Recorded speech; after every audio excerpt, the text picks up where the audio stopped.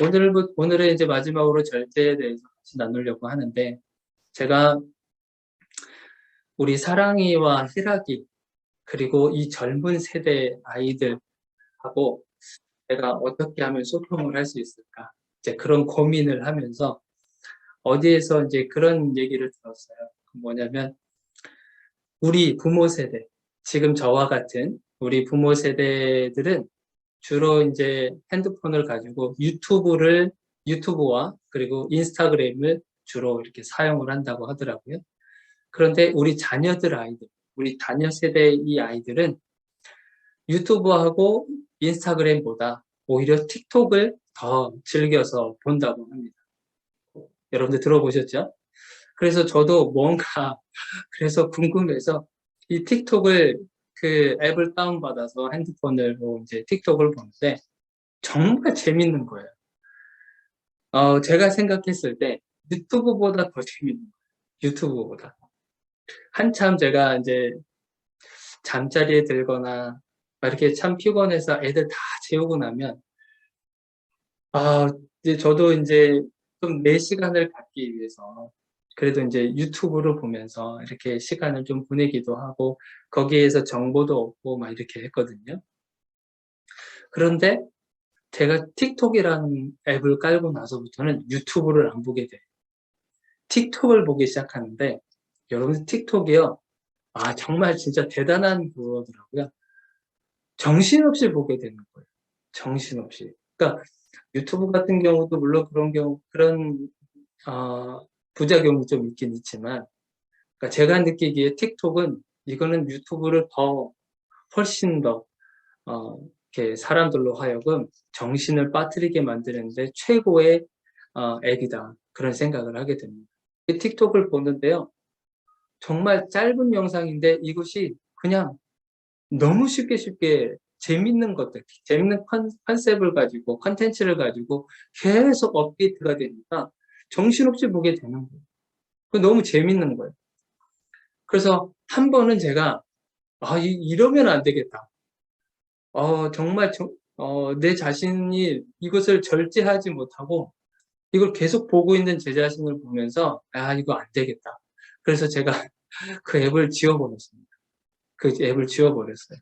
이렇게 해서는 내 영적인 것도 그렇고, 내 육신으로도 그렇고, 이거는 정말 건강하지 못할 것 같다 하면서 제가 그냥 틱톡 앱을 그냥 지워버렸습니다. 여러분들 절제가 내가 의지를 가지고 한다 그래서 여러분들 그게 가능할까요? 내가 하지 말아야지. 내가 절제하는 삶을 살아야지 하면서 수없이 많은 반복을 하고 맹세를 하고 다짐을 하는데 그게 쉽지가 않다고 하는 것을 저나 여러분들이 그것을 더 뼈저리게 느끼리라고 생각이 듭니다. 그렇다면 절제하는 삶을 도대체 어떻게 살 수 있겠는가? 내 의지를 가지고 할 수 없다면 누군가의 도움으로 말미암아 그것을 할 수만 있다면 그것이 도대체 어떤 건가? 오늘 성경 본문의 말씀에서 우리가 그것을 살펴보려고 해요. 그래서 여러분들 진정으로 내가 절제하는 삶을 살고 싶다고 한다면 여러분들 오늘 말씀에 한번 잘 귀를 기울여서 들어보시기를 바랍니다. 이건 제가 하는 말이 아니라 하나님께서 주시는 그런 메시지라고 생각을 합니다. 자, 먼저 절제라고 하는 것. 이 절제라고 하는 것이 사전적으로는 어떤 거냐면 어떤 정해지거나 어떤 얼마의 분량을 넘어서지 않도록 알맞게 조절하고 제어한다라고 하는 것이 영어로는 self control이라고 하는데 딱 정해져 있는 거기까지만 내가 가는 것이고 이것을 넘어가지 않는 것 그것을 절제라고 사전적으로 그렇게 의미가 있습니다. 자, 이 절제라고 하는 단어 헬라어로는요 옛날 말로 헬라어로는 엥크라데이아라고 불러요. 엥크라데이아.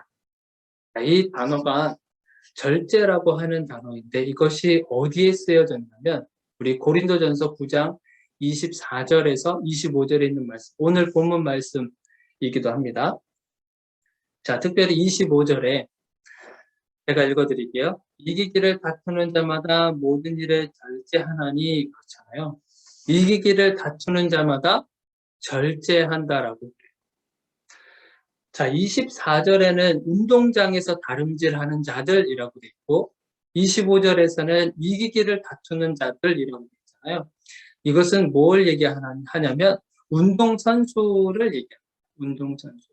그러니까 이 당시에요. 고대 고린도 지방에 하나의 어떤 경기가 있었어요. 그러니까 지금으로 말하면 4년마다 한 번씩 있는 올림픽과 같은 그런 경기가 있었어요. 그 이름이 무엇이냐면 이스트미안이라는 거예요. 이스트미안이라고 하는 운동 경기가 있었어요. 고대 고린도 지역에. 그것은 올림픽과 좀 달리 3년마다 그 경기가 열리게 됩니다. 그러면 그 경기에 있는 종목들이 어떤 종목들이 있었냐면 달리기, 경주하는 거, 달리기 그런 게 있었고 레슬링 하는 거, 그리고 권투하는 거, 그리고 뭐 마차 경주 이런 것도 있었어요. 그리고 그런 경기와 더불어서 문화적인 행사도 같이 이제 행사가 열렸습니다. 어떤 글쓰기라든지 어떤 시를 낭독한다든지 아니면 노래를 한다든지 하는 그런 문화적인 행사도 같이 그 경기에 함께 포함이 되어 있습니다. 그래서 3년마다 이 이스트미안이라고 하는 경기를 치르기 위해서 선수를 선발을 해요. 그래서 그 선수들을 선발을 하게 되면 이 사람들을 약 1년 정도 합숙훈련을 시킵니다. 합숙훈련. 그러니까 이 합숙훈련에 들어간 사람들은 그 1년 동안 정말 엄청난 노력과 그리고 절제하는 삶 그리고 최대한의 어떤 자기의 욕망과 정욕이나 이런 것들을 다 버린 상태에서 훈련에만 집중하게 돼요. 훈련에만. 그러니까 저도 운동을 전공으로 했잖아요.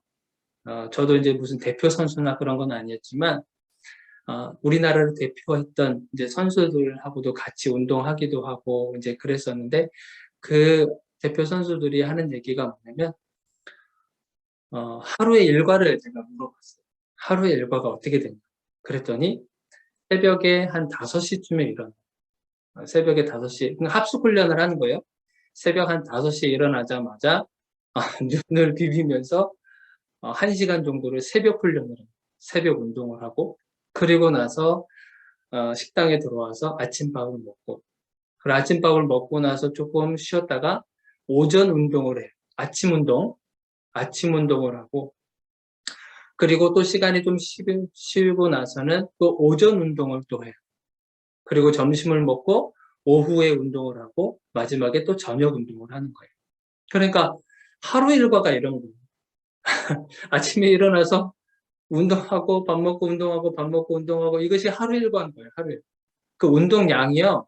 그냥 우리가 그냥 조깅하는 그런 수준의 운동량이 아니에요. 이거는 정말 괴로울 정도의 그런 운동량을 가지고 매일매일 그렇게 훈련을 한다는 거예요. 나는 그렇게 못할 것 같은데 대표로 일단은 선발이 되면 그렇게 운동을 시키기도 하고 그런 상황 속에 놓여지게 된다고 하더라고요.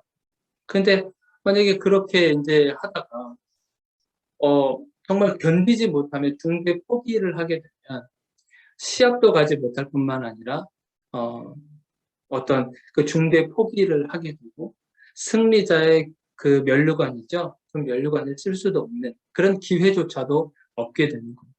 자기가 그래서 최대한의 절제된 환경, 절제된 속에서 그렇게 훈련을 하게 된다고 하는 거예요. 자, 우리가 다시 절제라고 하는 이 단어가 헬라어로 제가 엥크라데이아라고 말씀드렸는데 이것은 두 가지의 단어가 합쳐져 있는 거거든요. 자, 그것이 뭐냐면 첫 번째 앵이라고 하는 자, 앵이라고 하는 단어는 어디 어디 아래 아니면 어디 어디 안에라고 하는 뜻인 거예요. 그리고 크라데이아인데 원래는 크라토스에서 오는 말이에요. 크라토스라고 하는 분은 지배를 받는 어떤 힘, 어떤 권능 이런 거.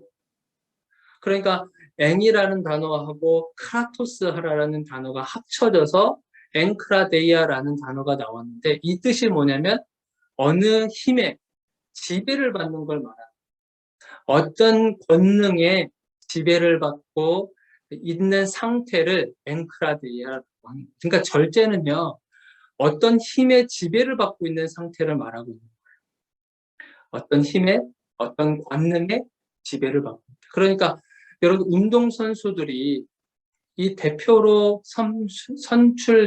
선발된 이 운동선수들이 어디에 지배를 받게 되냐면 그 대표면 반드시 해야만 하는 그 훈련, 그 환경에 지배를 받아야 그래야 절제가 된다고 하는 것.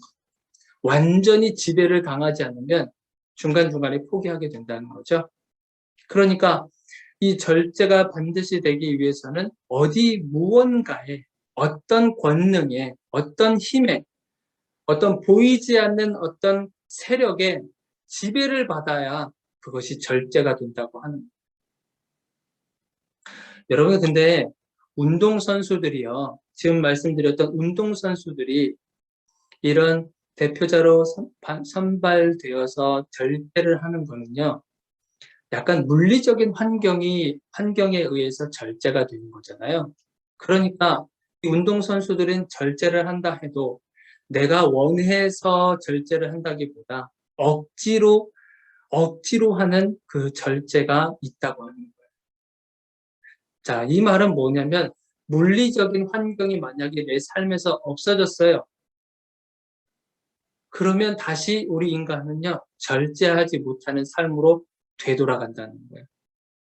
그러니까 물리적인 어떤 힘에 의해서 내가 절제를 한다고 생각을 하지만 그 환경에서 벗어나는 순간 우리는 다시 옛 모습으로 돌아가게 되는 것이 우리 인간의 본성이라고 하는 거예요.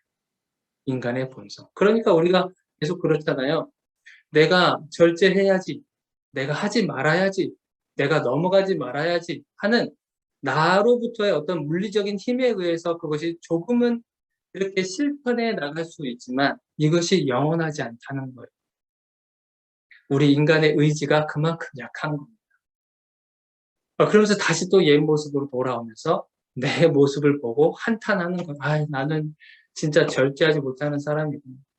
나는 그럴 수밖에 없는 존재구나. 이렇게 그냥 살아가게 된다고 하는 거예요. 자, 그렇다면요. 여러분들 억지로 하는 절제가 아니라 정말 진심을 다해서 기쁜 마음으로 절제를 할 수 있을까요? 방법을 우리 성경에서 알려주고 있는 거예요. 우리 성경에서 알려주는데 그 말씀이 어디에 있냐면 여러분들 갈라디아서 5장 16절에서 17절 말씀, 갈라디아서 5장 16절 17절에 있는 말씀을 제가 낭독해 드리도록 할게요. 내가 이르노니 너희는 성령을 따라 행하라. 자, 보세요. 내가 이르노니 너희는 무엇을 따라 행하라 그래요? 성령을 따라 행하라 그래요. 그렇게 하면 육체의 욕심을 이루지 아니한다라고 해요. 자, 왜 그러냐면 17절에 그 이유가 있어요. 육체의 소욕은 육체가 원하는 것은 성령을 거스르고 자, 반대로 성령은 육체를 거스리나니 이 둘이 서로 대적한다.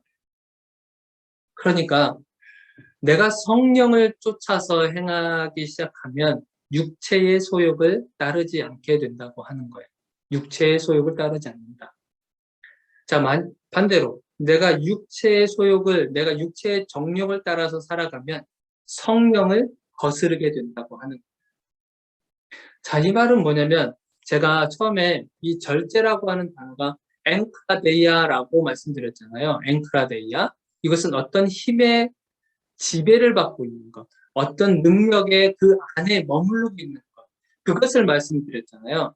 그러니까 성령의 지배를 받고 하나님의 지배를 받고 하나님의 전지전능하심과 하나님의 능력에 내가 그 안에 머물고 그리고 지배를 받고 있으면 그럼 뭐가 가능하다는 거야? 절제가 된다고 하는 거예요. 절제가. 그러니까 우리가 날마다 그런 거예요. 우리가 자꾸 실패하는 이유가 뭐냐면 내가 하려고 하는 것이 굉장히 많아요. 이거는 내가 그만 사야지. 이 정도는 괜찮아.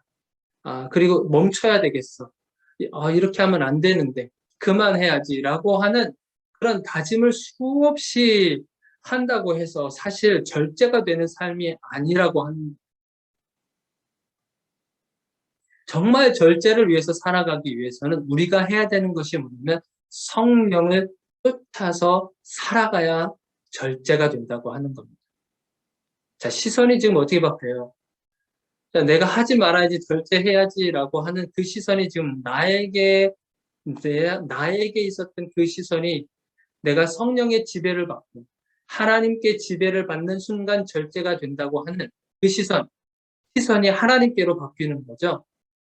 하나님께 내가 집중하고 하나님의 인도하심을 받고 살아가게 되면 내가 절제가 자연적으로 된다고 하는, 그 절제는 내가 억눌러서 하는 절제가 아닌 거죠. 내가 정말 쥐어짜서 내가 절대로 하면 안 돼. 머리를 정말 쥐어짜면서 억지로 하는 그런 절제가 아니라 하나님께 집중하다 보니까 성령을 따라서 살아가다 보니까 절제가 자연스럽게 된다고 하는 거예요. 절제가. 그냥 기쁜 마음으로, 그냥 자동적으로. 옛날에는 내가 이것을 사는 데 있어서 그냥 아무렇지 않았었는데 그런데 내가 성령을 쫓아 살다 보니까 이게 내가 꼭 필요한가? 나한테 꼭 필요하진 않는 것 같아 라고 하는 어떤 판단력이 생긴다고 하는 거예요. 그것이 하나님으로부터 오는 그런 권능과 그 능력의 지배 아래 있다 보니까 그런 마음이 자연스럽게 생기게 된다고 하는 겁니다. 운동선수들은 여기서 그랬잖아요. 고린도전서에서도 보니까 썩어질 면류관을 위해서 운동한다 그러잖아요. 썩어질 면류관. 그것은 인간의 어떤 억지로 해서 절제를 이루어진다고 하는 그 순간에서 얻어진 승리의 면류관이라 할지라도 그것은 곧 썩어 없어질 거라는 거예요. 그러나 우리는 영원한 그 면류관을 얻기 위해서 우리가 성령의 지배를 받아야 된다라고 말씀하시는, 성령의 지배를 받는 것. 성령의 지배를 받는 것. 여러분들, 우리가 성경을 보면은 술 취하지 말라, 이는 방탕한 것이니, 뭐 이런 말씀 들어보셨죠? 여러분들 성령의 그 경험과 술 취함을 이렇게 비교해서 성경에서 기록을 하고 있는데, 왜 술 취하지 말라라고 했겠어요? 그 취하다라고 하는 그 말씀, 그 동사가, 그 단어가 바로 지배를 받다라고 하는 거예요. 그러니까 술의 지배를 받지 말라고 하는 거예요. 성령의 지배를 받아. 하나님께 지배를 받아라. 그래야만 우리가 절제의 삶을 살 수 있다라고 하는 거예요. 자, 그러면 여러분들 성령을 따르는 삶이 뭐예요? 성령을 따른다라고 하는데 그 성령을 따르는 삶이 뭘까요? 성령을 따른다. 성경에는 수없이 하나님께서 주시는 마음으로 살아가는 사람들에 대해서 이렇게 기록되어 있는 것을 우리가 읽을 수가 있어요. 그렇죠? 근데 우리가 갈라디아에서 보니까 성령을 따르는 삶이 뭐냐면 우리가 지금까지 살펴왔었던 성령의 열매를 맺어가는 삶을 성령을 따르는 삶이라고 하는 겁니다. 성령을 따르는 삶이요. 그냥 그런 것이 아니라 성령의 9가지 열매를 맺어가는 삶이라고 하는 거죠. 사랑이 뭐라 그랬어요? 여러분들 정말 아가페적인 사랑, 그것을 추구하는 삶. 그리고 기쁨과 평안이 누구로부터 온다 그랬어요? 하나님으로부터 온다 그랬어요. 절제하는 거, 내가 끝까지 내 분노가 일어나는 걸 꾹꾹 눌러 참아내는 거. 그리고 충성과 온유와 이런 모든 성령의 9가지 열매가 바로 성령을 따르는 삶이라고 하시는 겁니다. 그래서 제가 이 성령의 9가지 열매를 우리가 순차적으로 보면서 왜 절제를 맨 마지막에 주셨을까?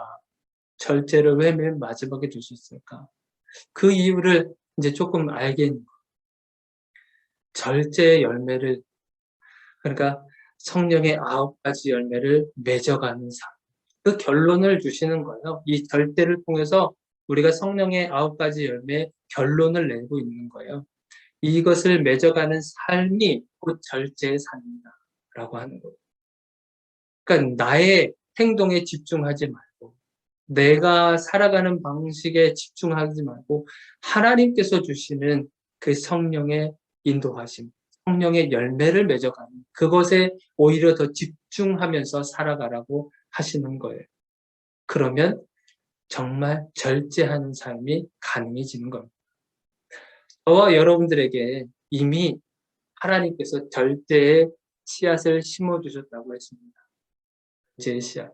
그것뿐만 아니라 성령의 9가지 열매의 씨앗을 주셨다고 하셨어요. 여러분들 성령의 지배받는 사람이 되기를 바랍니다. 세상에 지배받는 것이 아니고 나의 생각에 지배받지 말고 내가 세상으로부터 얻어온 가치관과 세계관에 지배받지 말고 하나님의 말씀의 지배를 받으시고 하나님의 그 권능 아래 여러분들이 머물러서 살아가시면 절제의 삶이 가능해집니다. 물론 우리에게도 어느 정도의 의지가 필요하겠죠. 내가 하나님께서 주신 마음이 이런데 내가 의지가 너무 약해서 그것을 하지 못하는 그런 것도 있겠죠. 그렇지만 전적으로 정말 그 힘의 지배를 받도록 성령의 지배를 받도록 저와 여러분들이 정말 주님 앞에 매일매일 주님 앞에 훈련하시고 나아가시기를 바랍니다. 그러면 정말 절제하는 삶이 얼마나 기쁘고 얼마나 감사하는 삶이 되는지 여러분들이 경험하시게 될 것입니다. 여러분들의 행동에 집중하지 마시고 그리고 성령님께 오히려 더 집중하시는 그런 한 주간이 되시기를 주님의 이름으로 축원드립니다. 우리 기도하겠습니다.